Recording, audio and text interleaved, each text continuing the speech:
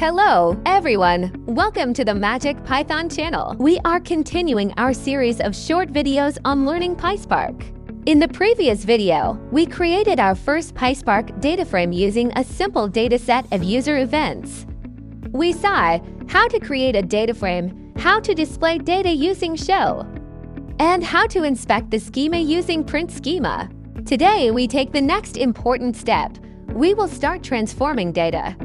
Specifically, we will learn two fundamental operations in PySpark. Select and filter, these two operations are used in almost every Spark project. First, let's look at our dataset again. Run the following command, df.show. Our dataset contains user events. Each row represents one event generated by a user. The columns are user ID, event type, event date, platform. Now we will start working with these columns. The first operation we will learn is select. Select allows us to choose specific columns from a data frame. In real data engineering pipelines, we almost never use all columns from a dataset. Instead, we select only the columns we need for processing or analysis. Let's select two columns from the data frame.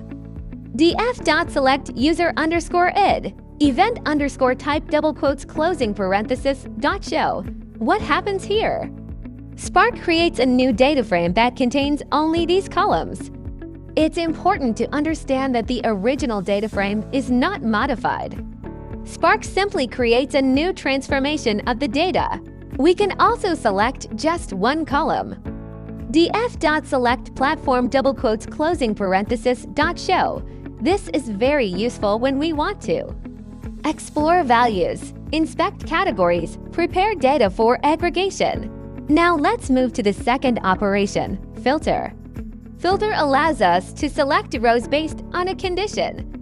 If you are familiar with SQL, this is similar to the WH-array clause. Filtering data is extremely common in real projects. For example, selecting only Android users, selecting only purchase events, selecting events from a specific date.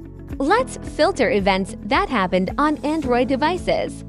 df.filter_df platform == Android closing parenthesis .show. Spark scans the dataset and returns only the rows where the platform equals Android. Now let's find all purchase events. df.filter_df event_type == purchase closing parenthesis .show. In real-world analytics pipelines, this is often used to identify paying users, conversions, specific user actions. Spark transformations can be combined together. For example, df.filter_df platform == Android closing parenthesis .select user_id event_type double quotes closing parenthesis .show. Here we filtered Android events, selected only the columns we need. And this pattern is extremely common in Spark data pipelines. Today we learned two essential PySpark operations. Select, used to choose columns, filter, used to filter rows. These operations are the foundation of most Spark data transformations. Now let's practice. Your homework is: show only the event type column, filter only login events. Combine filter and select, then answer in the comments. How many login events are in your dataset? Practice the homework and write your answer in the comments. In the next video, we will learn how to create new columns using with column. Subscribe to the Magic Python channel and see you in the next video.